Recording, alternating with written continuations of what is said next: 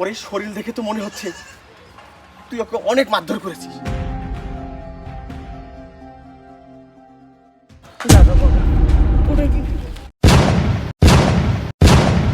চলো এখান থেকে বাবা। তোর এত বড় সাহস, তুই আমাকে 1 কিলোমিটার জায়গা দৌড়ে নিছিস। এই তুই কি মনে করছিস বাসায় থেকে পালাইলে তুই বাঁচিয়ে দেবি? আমার হাত থেকে তুই বাঁচবি না, আমার হাত থেকে তুই বাঁচবি না রে। মা চলো এখান থেকে। বাবা, দাদা বাবা, ওটা কি তোর বোন বাবা? তোর বোন? মা থামো, তুমি বেশি কথা বলো, চলো। এই দাঁড়াও রিপন, অতীতে যা হয়েছে সবকিছু ভুলে যাও। আমার কিন্তু আর সহ্য হচ্ছে না, শুধু এইটুকুই বললাম। বাবা তুই এগুলো থেকে চুপ থাকতে পারিস না বাবা।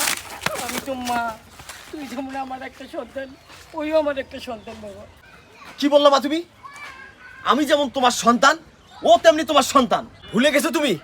ওর জন্য আজকে আমি রাস্তার ফকির, ওর জন্য আমার সংসারে অশান্তি, ওর জন্য সমাজ আমার নাক কাটা গেছে। মা তুমি কিন্তু প্রমাণ করে দিলা। জানো মা, আমার সন্দেহ হচ্ছে আমি তোমার নিজের সন্তান কিনা। আমার সাথে তুমি অতুলনা করো। ছি মা ছি, ভাবতেও আমার অবাক লাগতেছে যে মানুষটার জন্য আজকে আমাদের সংসারে এই অবস্থা, তার সাথে তুমি আমার তুলনা করলে। এই দাঁড়াও, কি বলছো তুমি? কি বলছো তুমি? তুমি আজকে ওর জন্য পথের ফকির, ওর জন্য তোমার সংসারে অশান্তি। কি করেছে ও? কি করেছে ও? কি এমন অন্যায় করেছে বলো তুমি আমাকে? তুমি জানো না ও কি অন্যায় করেছে? শোনো, আমি না সব জানি।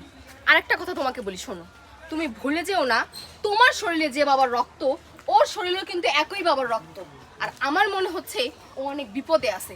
শোনো, আমি মনে করি তুমি ভাই হিসেবে ওকে সেভ করা তোমার দায়িত্ব এবং কর্তব্য।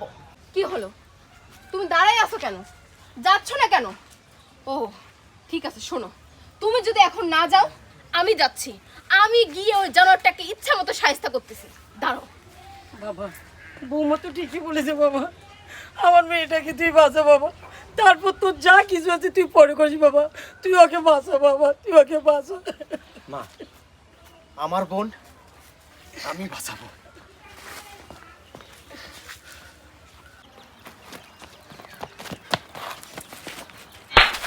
কিরে, এই দাঁড়া। প্লিজ তুমি ওর গায়ে হাত দিও না। এই তুই আমার গায়ে হাত দিচ্ছিস কেন? আরে তোর সাথে আমার সেই দিনের সম্পর্ক শেষ হয়েছে। কোন দিন জানিস? যেদিন তোর বোনের সম্পত্তি নিয়ে তুই তার বাহানা করছিস, সেই দিনে তোর সাথে আমার সম্পর্ক শেষ হয়েছে। তুই আমার গায়ে হাত দিতে যাচ্ছিস, তাই না? এই চুপ, একদম চুপ।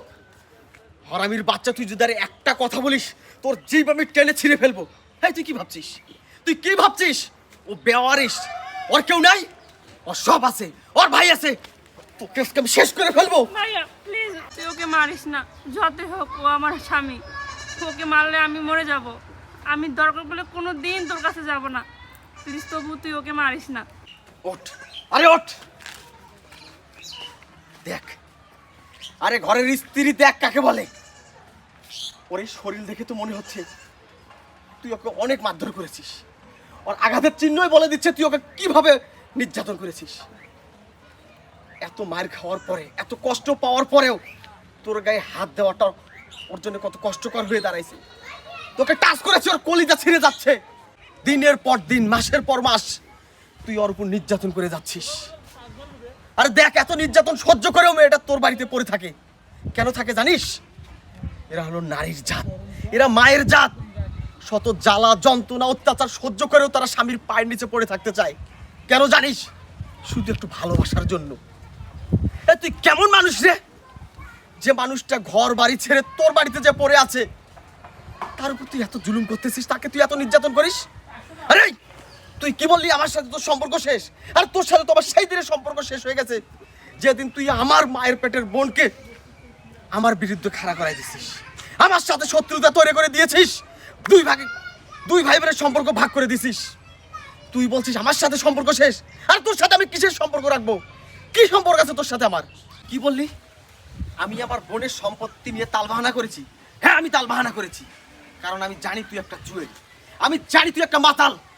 আমার বোনের সম্পত্তি যদি আমি আমার বোনকে দিতাম সব তুই শেষ করে ফেলতি, তাই আমি তালবাহানা করেছি। শোনো লেলিন, তোমাকে একটা কথা বলি। তুমি আমার বয়সে বড় হলেও সম্পর্কে আমি কিন্তু তোমার বড়। শোনো, তুমি যাকে বিয়ে করেছো সে কিন্তু আমার ননদ, আমার হাজবেন্ডের ছোট বোন, মানে আমারও বোন। আর তুমি আমার বোনের সাথে দিনের পর দিন সম্পত্তির জন্য যে অত্যাচার করেছো আমি কিন্তু সব জানি। আর আজকে আমি নিজের চোখে এখানে দেখলাম তুমি ওকে মারধর করো, বাসায় গিয়ে তুমি ওর উপর কি অত্যাচার করো, তাহলে তো ওর চেহারাই বলে দিচ্ছি সেটা। আর কি বললা তুমি, কিসের সম্পদ চাও তুমি? এই সম্পদ কি তোমার বাবার যে তুমি দাবি করো? শোনো, এই সম্পত্তি প্রত্যেকটা পিতামাতার প্রতি সন্তানদের হক, যা তারা দাবি করবে তারা পাবে। কিন্তু তুমি তুমি কিসের দাবি করো? তুমি কি জন্য চাও? তুমি মনে করছো তুমি চাইলে তোমাকে দিয়ে দেব? না, কোনোদিনও না। একটা কানা করেও তুমি লেলিন পাবে না। যা পাবে তা হচ্ছে রিয়া আর আমার স্বামী। শোনো লেলিন, আমি তোমাকে অনেক সম্মান করেছি, অনেক ভালোবেসেছি, কিন্তু তুমি কোনোটারই যোগ্য না। এই রিয়া, তুই কি দিনের পর দিন মার খেয়ে এখানে পড়ে থাকবি নাকি আমাদের সাথে যাবি, কোনটা? ভাবি প্লিজ, ভাইয়া আমার এই কষ্ট আর ভালো লাগতেছে না, তোমরা আমাকে বাঁচতে দাও। আমি এই কষ্ট আর সহ্য করতে পারতেছি না। আমার প্রত্যেকটা রাত বিষণ্ণতায় কাটে, আমি ঠিক মতো ঘুমাইতে পারি না। তোমরা একটু আমাকে শান্তির জন্য অন্তত আমার ভাগের জমিটা আমাকে দিয়ে দাও। মা, তুমি একটু ভাইয়াকে বলো না আমার ভাগের জমিটা আমাকে দিয়ে দিতে, তাহলে অন্তত আমার সংসারটা টিকে যায়, আমি একটু শান্তি থাকতে পারি। রিয়া, তুই কেন আমার কাছে রিকোয়েস্ট করতেছিস? কেন তুই আমার সঙ্গে এভাবে কথা বলতেছিস? আমি তো ভেবেছিলাম তুই সম্পত্তির জন্য আমার সাথে সম্পর্ক ছিন্ন করেছিস, কিন্তু আমার ধারণা ভুল ছিল। আমি আজকে নিজের চোখের সামনে যা দেখলাম, তুই আমার সাথে কেন এটা করেছিস? তুই এই হারামিটার জন্য আমার সাথে এরকম করেছিস। আরে তোর হক তুই অবশ্যই পাবি। তোর সুখের জন্য শুধু তোর হক কেন, প্রয়োজনে আমি আমার সম্পত্তি তোকে দিয়ে দেব। তোকে বলছি, আজকের পর থেকে তুই যদি আমার বোনের গায়ে হাত দিস, তোর ওই হাত আমি কেটে ফেলবো। আমার বোনের উপর যদি কোনো অমানবিক নির্যাতন করিস, তোর জীব আমি টেনে ছিঁড়ে ফেলবো। তুই যদি আমার বোনের সঙ্গে কখনো খারাপ আচরণ করিস, প্রয়োজনে তোকে আমি দুনিয়া থেকে বিদায় করব। রিয়া, কালকে সকাল 10টায় রেস্টি অফিসে আসবি, তোর ভাগ আমি তোকে বুঝাই দেবো। ভাইয়া প্লিজ ভাইয়া, আর কথা দিন না, আমার সম্পত্তি চাই নেই। ভাবি আমাকে ক্ষমা করে দিন, বা আমাকে ক্ষমা করে দিন। রিয়া, তোমাকে আমি এত জিনিস শিখতে পারিনি, জুয়ার নেশায়, মদের নেশায় কখন কী করে ফেলেছি। তুমি যে আমাকে এত ভালোবাসো আমি জানতাম না। আমি সম্পদ চাই না ভাইয়া, ভাবি আমি সম্পদ চাই না, আম্মা সম্পদ চাই না, আমি শুধু রিয়াকে চাই।